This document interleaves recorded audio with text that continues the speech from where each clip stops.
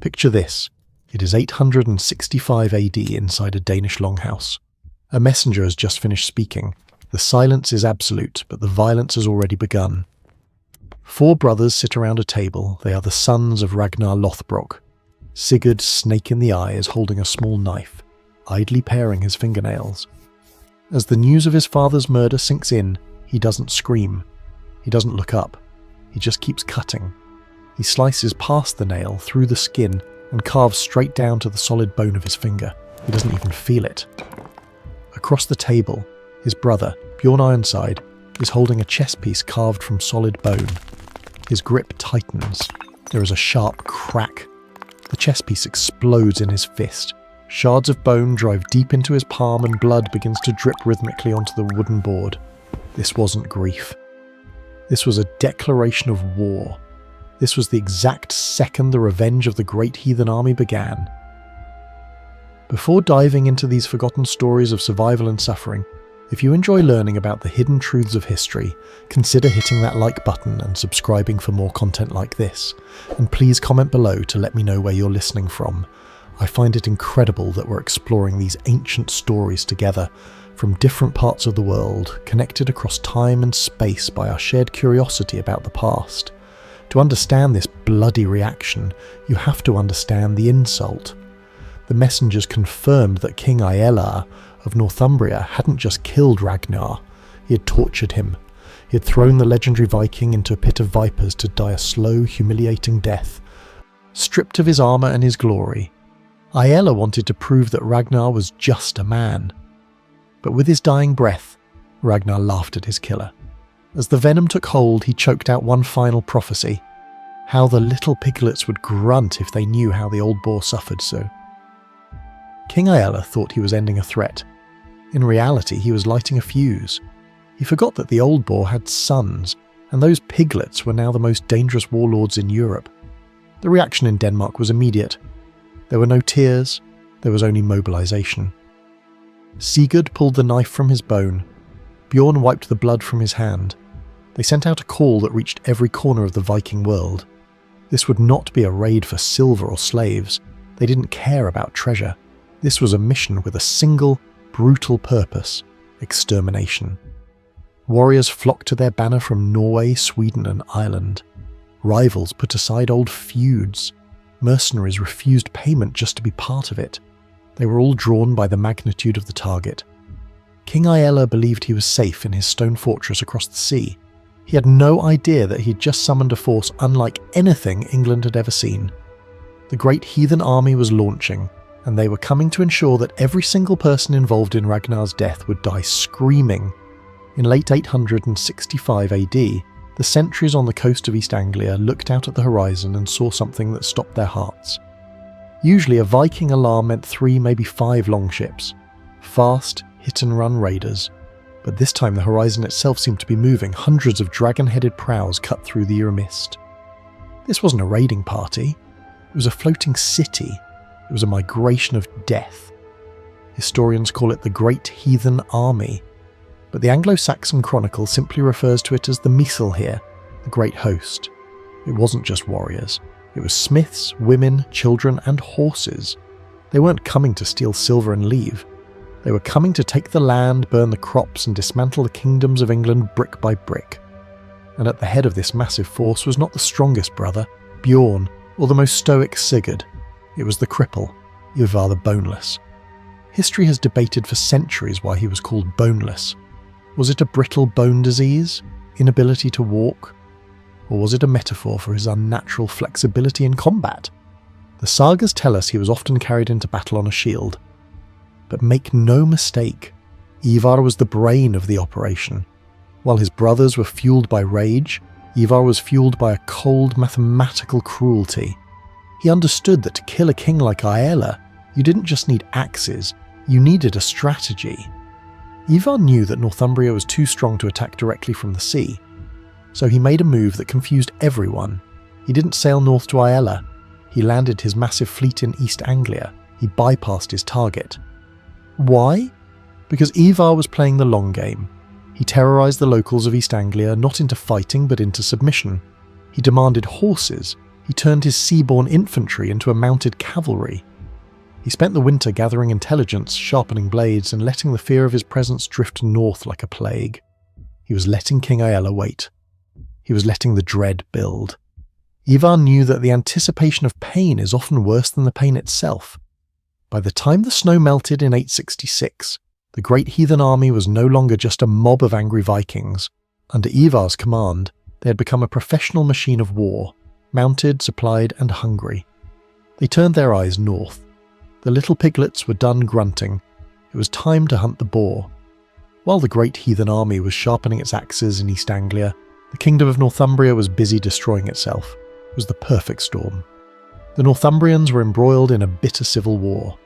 The usurper King Aella, the man who killed Ragnar, was fighting against the rightful king, Osbert.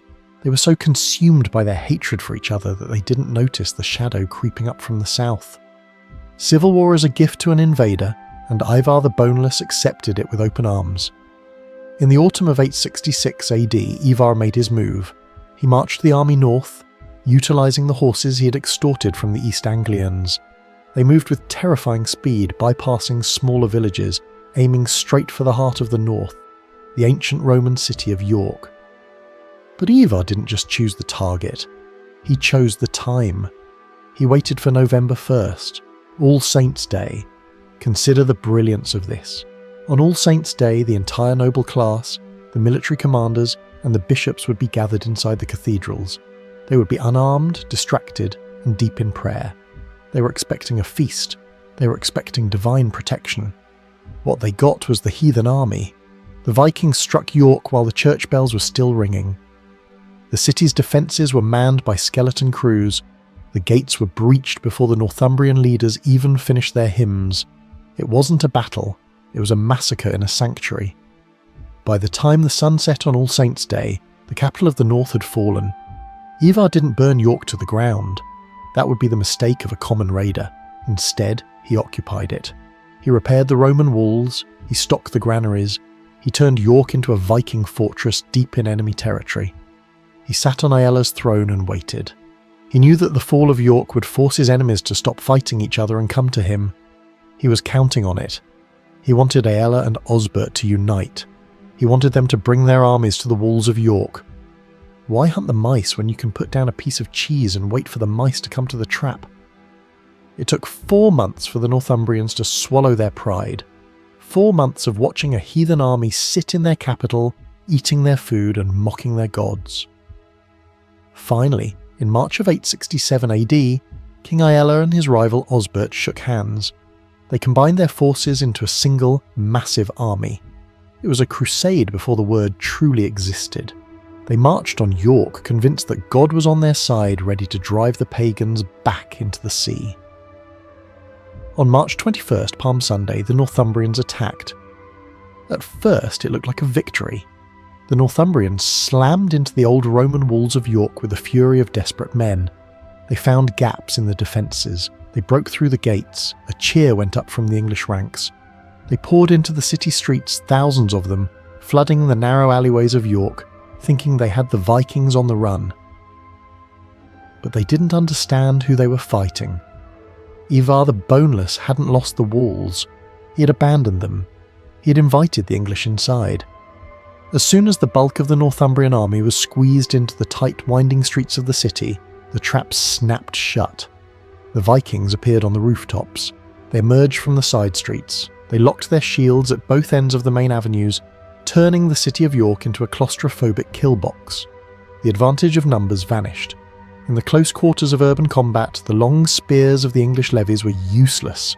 It became a brawl of axes and knives. The panic set in immediately. The Northumbrians were packed so tightly they couldn't swing their weapons. They were butchered where they stood. King Osbert, the rightful heir, fought bravely, but he was cut down in the chaos, his body trampled into the mud of the city he tried to save. The crusade had turned into a slaughter. But amidst the carnage, the Vikings had specific orders. There was one man who was not to be killed. The sons of Ragnar were watching the battlefield, scanning the faces of the dying, looking for one specific crown. King Aella saw his army disintegrate. He saw his rival die. He realised with a dawning horror that the walls he had just breached were now his prison cells. He tried to retreat, but the path was blocked by a wall of Danish shields. He was surrounded. He was dragged from his horse, stripped of his weapons, and forced to his knees in the mire of blood and dirt. The Battle of York was over. The silence returned to the city, broken only by the groans of the dying. The Vikings didn't execute Aella on the spot. That would have been mercy. Instead, they bound him in chains. They looked at him not with anger, but with a terrifying sense of anticipation. The war was finished. The ritual was about to begin. The Great Hall of York had seen many kings, but it had never seen a trial like this. King Aella was dragged into the centre of the room.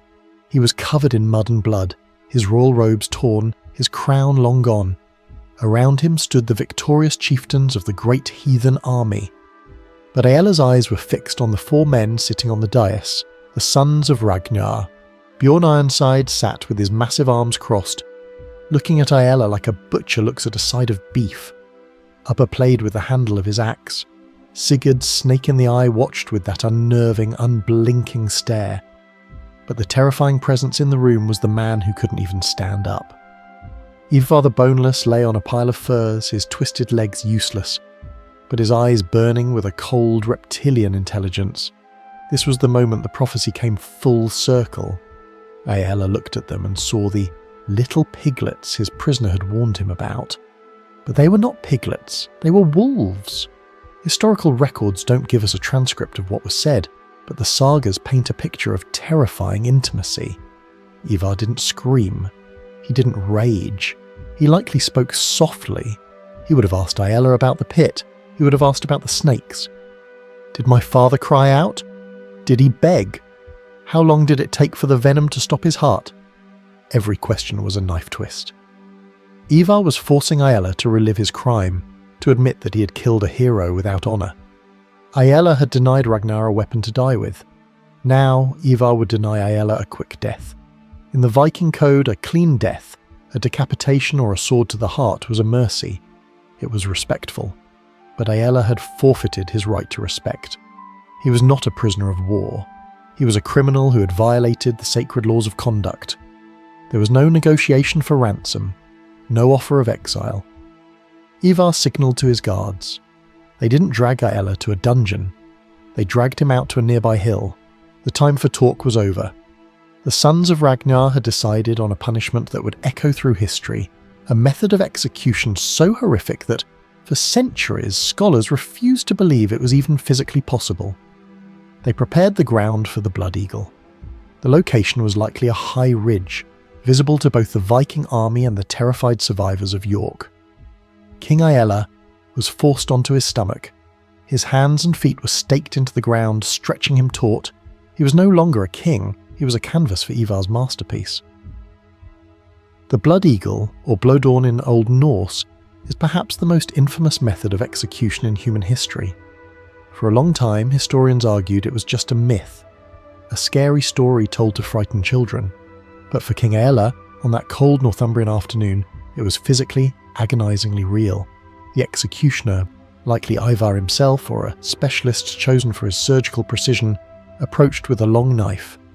This wasn't a clumsy hacking, it was anatomy.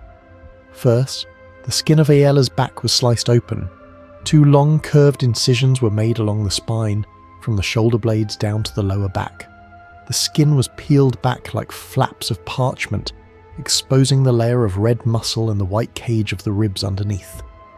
At this point, Aella would have been screaming in a way that stripped his throat raw, but consciousness, cruelly, would have remained. Then came the hammer and chisel.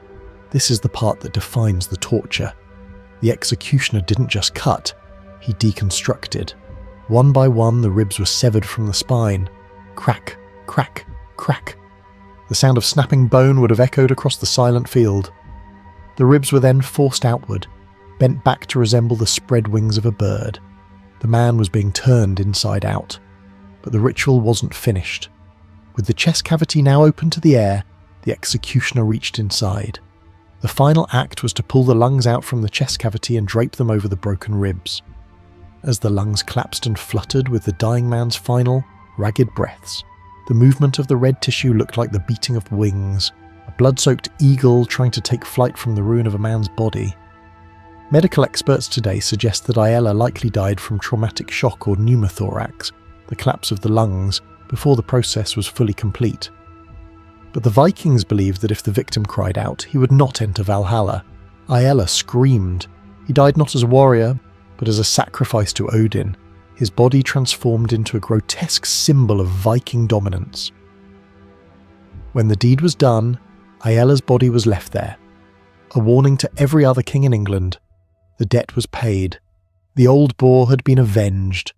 But as the sons of Ragnar wiped the blood from their hands, they realised something. The rage hadn't subsided. The adrenaline was still pumping. Aella was dead, but there were other kings in England. There were other torturers, and the Great Heathen Army was still hungry. With Aella dead and Northumbria broken, a normal army would have gone home. They had their revenge. They had their justice. But the Great Heathen Army didn't turn back to the sea. They turned south. In 869 AD, they returned to East Anglia, the kingdom where they had first landed. King Edmund of East Anglia had given them horses 3 years earlier, hoping to buy his safety. He thought he had a deal, but Ivar the Boneless didn't honour deals with men he considered prey. When the Vikings returned, they didn't ask for horses, they asked for the kingdom. King Edmund was a pious man, a devout Christian who refused to fight a war he couldn't win, but also refused to submit to a pagan overlord. He was captured near Hoxne, and here Ivar decided to make another example. If Aesella's death was about anatomy, Edmund's death was about archery.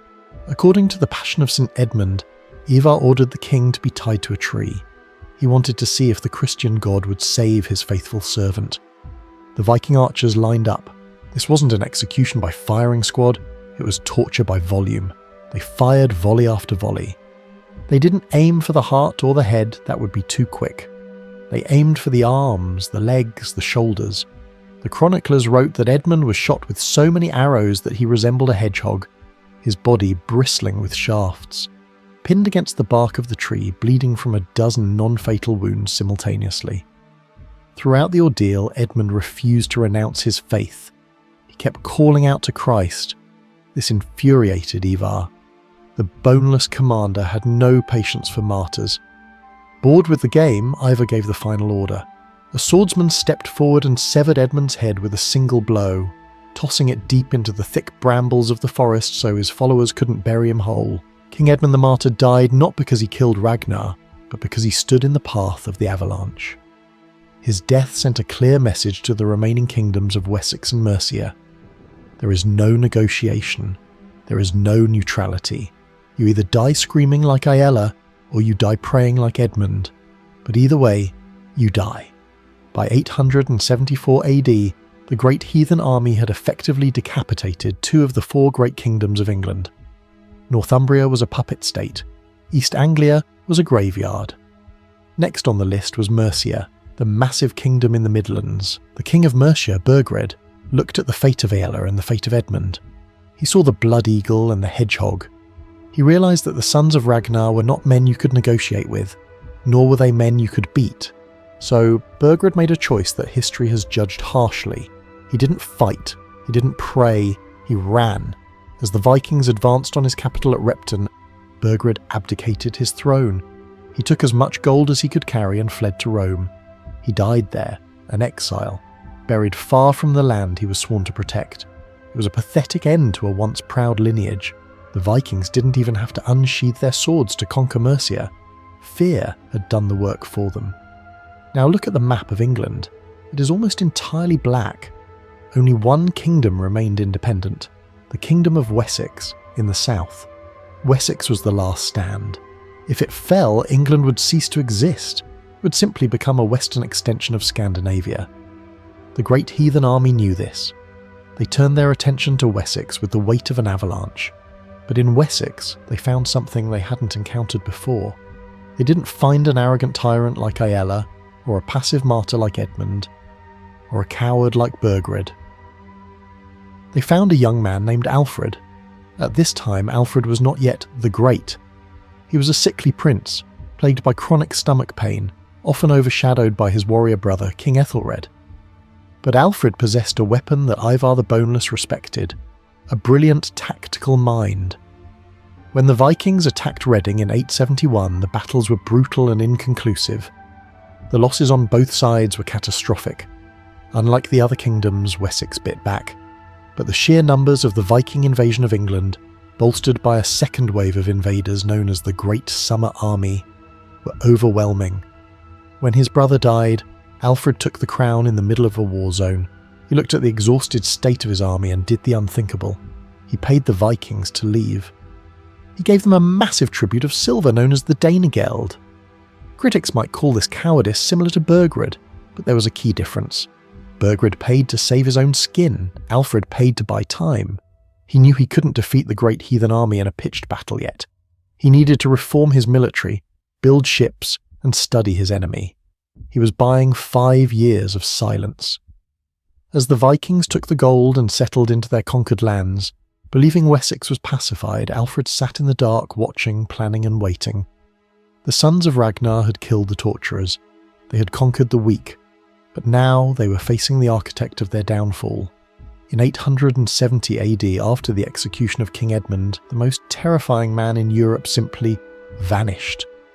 Ivar the Boneless disappears from the English historical records. He leaves the Great Heathen Army in command of his brothers and fades into the mist. For centuries, this sudden silence puzzled historians. Did he retire? Was he killed in a skirmish? To find the answer, we have to look across the Irish Sea to the annals of Ulster. Here, Ivar reappears under the name Imar, the king of the Norsemen of all Ireland and Britain. It seems that after breaking the back of the English kingdoms, Ivar returned to his stronghold in Dublin to rule as an emperor of the north. But the gods are known for their irony. Ivar, the man who engineered the Blood Eagle, the man who turned cities into slaughterhouses, did not die a warrior's death. He wasn't cut down in battle. He didn't ascend to Valhalla with a sword in his hand. In 873 AD, the annals record that Ivar died of Kisnada, a sudden hideous disease. The man whose mind was a weapon, but whose body was a burden, was finally betrayed by his own physiology. It is a quiet, almost anticlimactic end for a figure of such legendary violence. He died in his bed, likely surrounded by looted gold, but defeated by his own biology. However, legend offers a different, more haunting ending, one that fits the myth better than the history. According to Viking folklore, before he died, Ivar ordered his body to be transported back to England. He gave specific instructions to be buried on the coast, at the very spot where the Vikings first landed to invade. His prophecy was that as long as his bones remained in the English soil guarding the coast, no foreign invader would ever successfully conquer England. It is said that for 200 years his curse held true. Viking raiders, Danish kings and Saxon struggles, none could truly take the island, while Ivar watched from his grave. The legend concludes in 1066. When William the Conqueror prepared to invade England from Normandy, he was superstitious. He'd heard the stories of the Boneless Guardian. The saga claims that William actually found Ivar's burial mound. He dug up the corpse, which, remarkably, had not decayed, and burned it to ashes on a pyre. Only after Ivar's physical form was destroyed did William feel safe enough to launch his conquest. Whether he died of disease in Dublin or kept watch as a skeletal sentry on the English coast, Ivar's legacy was undeniable. He'd come to avenge his father. He left having destroyed 2 kingdoms, executed 2 kings, and fundamentally altered the DNA of Britain. The little piglet had grown into a monster that devoured the old world. But with the monster gone, the survivors were left to pick up the pieces. The war of vengeance was over. The war for the future of England was just beginning. When the screams finally faded and the smoke cleared, the map of England had been redrawn forever. The revenge of the Great Heathen Army was a complete success. They had hunted down every single man responsible for Ragnar Lothbrok's death. King Aella was a bloodied ruin. King Edmund was a headless martyr. The north and the east belonged to the Vikings. But revenge is a strange thing. It starts as a fire to burn your enemies, but it often ends up forging a new world. The Vikings didn't just kill and leave, they stayed. They traded their swords for ploughs. The lands they conquered became known as the Danelaw, a massive territory where Viking laws, customs and language took root. If you walk through the streets of York today, or look at place names ending in by or thorpe across England, you're looking at the echoes of this invasion. Ragnar's death didn't just lead to the death of Aella, it led to the hybridization of a culture. The blood of the old boar and the blood of the English kings mixed in the soil to create something new. Ragnar Lothbrok died alone in a snake pit, laughing at his killers, believing his sons would bring glory to his name, and they did. But they also brought something else. Chaos. And out of that chaos, the Anglo-Saxons were forced to evolve. They needed a leader who was more than just a warrior. They needed a visionary. The Great Heathen Army thought they had won the war, but in the shadow of their victory in the swamps of Wessex, the young King Alfred was done paying them off. He was done watching. He was building the very first English navy. He was designing a network of fortresses called burhs. He was preparing to do the impossible to push back the tide. The sons of Ragnar had their vengeance. But the question remained, could they hold what they had taken? If you want to see how a sickly scholar king managed to defeat the greatest warriors of the Viking age and earn the title the Great, make sure you are subscribed. Our next video will dive deep into the impossible survival of Alfred and the birth of England. Click that notification bell so you don't miss the counterattack. And before you go, let me know in the comments. Do you think the Blood Eagle was a real historical practice, or just a terrifying myth created to scare the Christians? I'll be reading your theories below. Until then, remember, history is written by the victors, but it's built on the bones of the vanquished.